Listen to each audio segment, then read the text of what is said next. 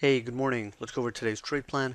So yesterday the market closed with the sell side in control, and that theme continued in the overnight session, and now ES tested the 24.5 to 27 initial support zone where responsive buyers have been active. So heading into today, our short-term bias is going to continue to be neutral bullish. So that means that we are still going to give preference to the long side, but at the same time, we do have to see how the market develops in real time. Now, today is really going to be a test for the buyers and for this recent breakout. So if this breakout is going to hold, then today's the day where buyers really need to step in, because now the market is pulling back to a good area of support here at 24.5 to 27. At the same time, the Russell has pulled back to some pretty decent support as well.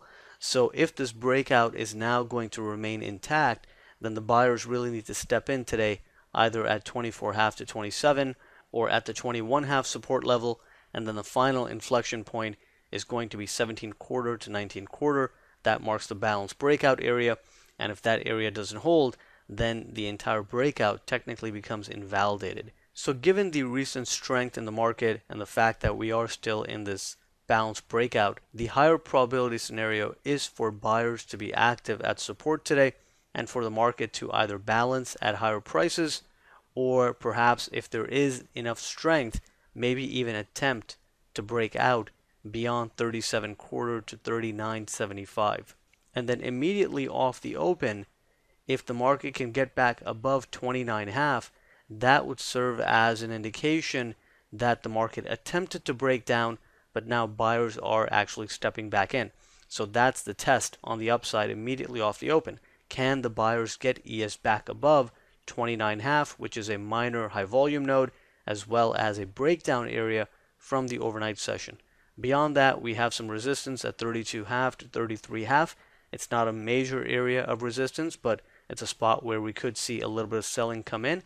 And then the main resistance zone today is 37.25 to 39.75.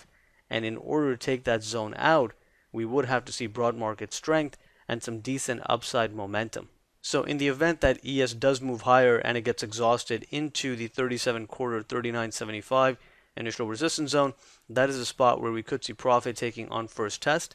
But then if we start to see the tick holding above zero and there is some decent upside momentum in real time, the door would be open for ES to push to a new all-time high. But again, that's something that we will have to determine in real time. Right now, heading into the open, we know that the sell side has been more dominant in the overnight session, but the market is set to open near support, and the overall bias continues to be neutral bullish, so we know that buyers can defend the 24.5 to 27 initial support zone. In the event that we see a little bit more selling come into the market, 21.5 and of course 17.25 to 19.25 are areas where responsive buyers can be active as well, and then we can continue to balance within a range. So today our focus is going to continue to be more so on the long side, and because we're opening near support, we are going to have to be cautious and very careful on the short side. So those are the main ideas heading into the open. Let's see if the buy side can defend the recent breakout, and we'll take it from there.